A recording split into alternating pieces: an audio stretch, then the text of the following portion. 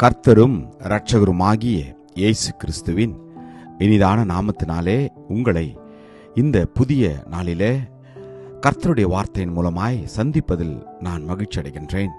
சங்கீதம் 1:2-3. கர்த்தருடைய வேதத்தில் பிரியமாயிருந்து இரவும் பகலும் அவருடைய வேதத்தில் தியானமாயிருக்கிற மனுஷன் பாக்கியவான். அவன் நீர்க்கால்களின் ஓரமாய் நடப்பட்டு தன் காலத்தில் தன் கனியை தந்து இலை உதிராதிருக்கிற மரத்தை போல இருப்பான். அவன் செய்வதெல்லாம் வாய்க்கும். Psalms 1:2-3. But his delight is in the law of the Lord, and in his law he meditates day and night. He shall be like a tree planted by the rivers of water, that brings forth its fruit in its season, whose leaf also shall not wither, and whatever he does shall prosper. Amen.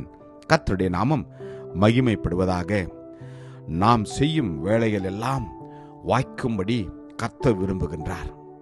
ஆனால் அவர் நமக்கு கொடுக்கிற ஒரு கட்டளை என்னவென்றால், நாம் தேவனுடைய வேதத்தில் பிரியமா இருக்க வேண்டுமா? ஒவ்வொரு நாளும் தேவனுடைய வார்த்தையை வாசிப்பது மாத்திரமல்ல, தியானிப்பது மாத்திரமல்ல, அதன்படி நடக்க நம்மை நாம் அர்ப்பணிக்க வேண்டும் என்று அவர் விரும்புகின்றார். ஆம், இரவும் பகலும் அவருடைய வேதத்திலே தியானமாக இருக்க வேண்டும் என்றால் நம்முடைய வாழ்க்கை முழுவதுமே வேதத்தின் படி வாழ்கிற வாழ்க்கையாக இருக்க அவர் விரும்புகின்றார்.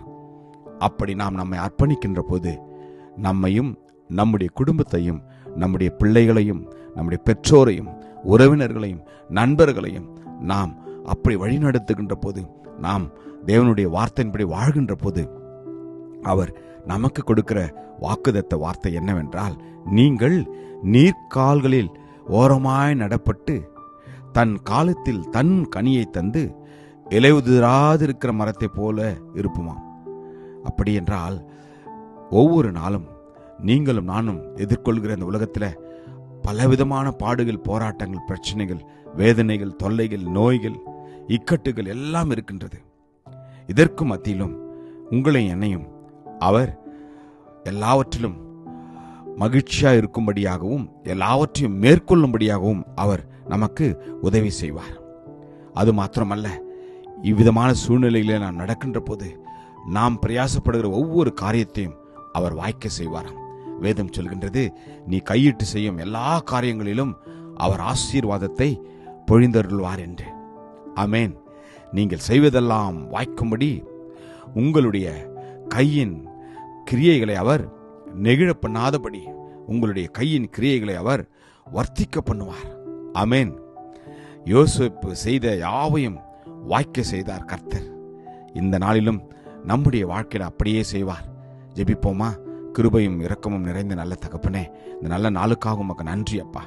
நாங்கள் ஒவ்வொரு நாளும் உம்முடைய வேதத்தில் பிரியமா இருக்கிற பிள்ளைகளாய் வாழ எங்களை அர்ப்பணிக்கிறோம் அப்பா. வேத வார்த்தையின்படி வாழவும், வேத வார்த்தையை எங்களுடைய வாழ்க்கையாய் மாறவும் எங்களை அர்ப்பணிக்கிறோம். பரிசுத்த ஆவியானவர் எங்களுக்கு உதவி செய்திடலாம் ஆண்டவரே. அப்படி நான் செய்கின்ற போது எங்களுடைய வாழ்க்கை எப்பொழுதுமே அப்பா, நாங்கள் ஆண்டவரை காய்ந்து போகாதபடி, மடிந்து போகாதபடி, வீழ்ந்து விடாதபடி, ராஜாவே தலை குனிந்து போகாதபடி நாங்கள் செய்கிற காரியங்களை வாய்க்க செய்ய போறோம். கிருபைக்காக நன்றி ஆண்டவரே.